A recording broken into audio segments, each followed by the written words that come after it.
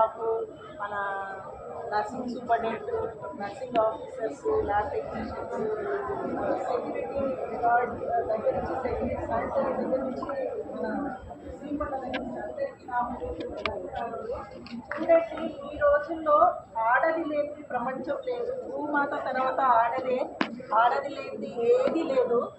ఆడదే శక్తి, ఆడదే తల్లి, ఆడదే. ఇప్పుడు ఆ మూర్ఖులు చూడండి, ఒక స్త్రీని వాళ్ళు అలా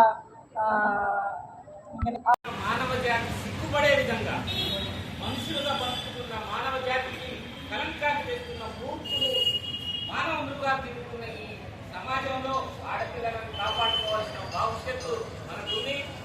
ఈ సోషల్ మీడియా, ఈ సెల్ ఫోన్ల వల్ల కూడా చాలా నష్టం జరుగుతుంది. మనం ఆలోచించి మన పేరెంట్స్ని, మన పిల్లల్ని కూడా అన్నింటినీ జాగ్రత్త చేసి ఆడపిల్లలే భవిష్యత్తు, వాళ్ళు అన్నింటిలో ముందుంటున్నారు. ఏ జాబుల్లో చూసినా, ఎక్కడ చూసినా వాళ్ళు ముందుంటున్నారు. వాళ్ళని కాపాడుకోవాల్సిన బాధ్యత ఈ సమాజం మీద ఉంది. మీ అందరికీ పేరు పేరున మా టీజీఓ సీనియర్ తరఫున ధన్యవాదాలు.